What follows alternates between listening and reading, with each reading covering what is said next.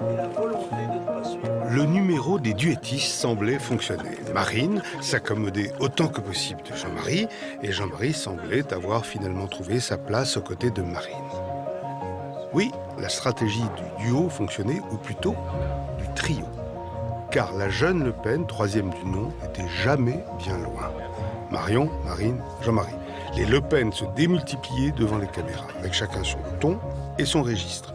Du Le Pen à tous les étages. Appellation d'origine nationaliste contrôlée. Les médias n'avaient plus qu'à choisir.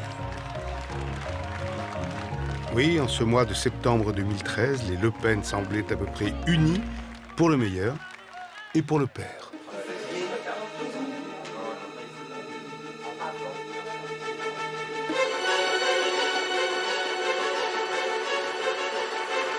L'immigration.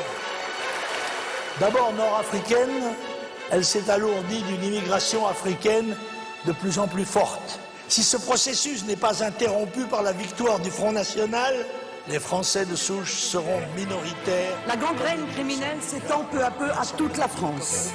Aujourd'hui, les campagnes et les bourgs ruraux ne sont plus non plus épargnés. Et la violence s'apparente de plus en plus à un terrorisme des rues, dont le but est certes de voler ou de tuer, mais aussi c'est l'islamisme. de terroriser. Le Français des 30 piteuses s'est vu remplacé par l'immigré musulman qui, lui, fait beaucoup d'enfants. C'est pour le dire plus simplement, la désunion, la guerre civile. Sarkozy, Oui. il a été naturalisé.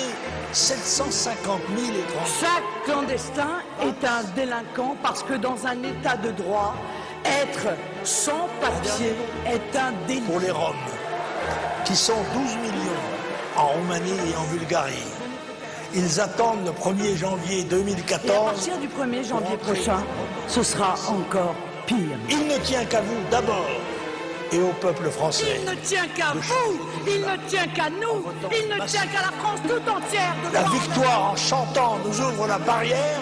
La liberté quitte nos pas. Vive le Front National, vive la République, vive la France.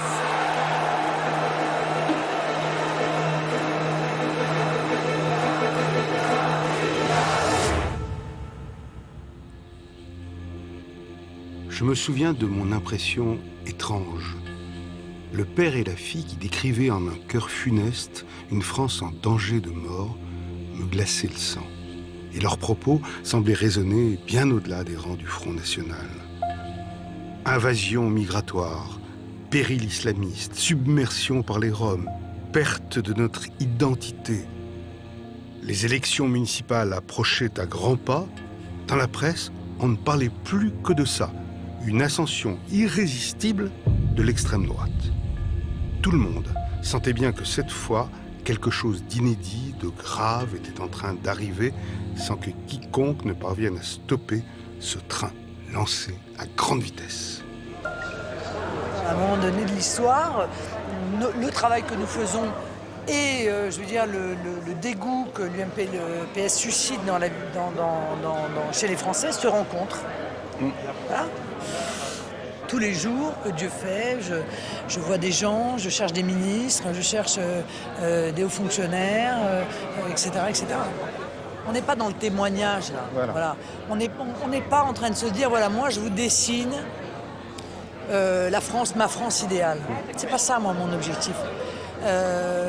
Parce que ça c'est du témoignage. C'est vraiment se préparer demain avec des gens en chair et en os à prendre le pouvoir pour l'exercer, pas seulement pour le prendre, pour l'exercer et pour mettre en œuvre la politique qu'on aura décidé de mettre en œuvre. C'est-à-dire ne pas recommencer 2002. Ah oui, mais ça c'est terminé ça. Non mais voilà. C'est déjà fini.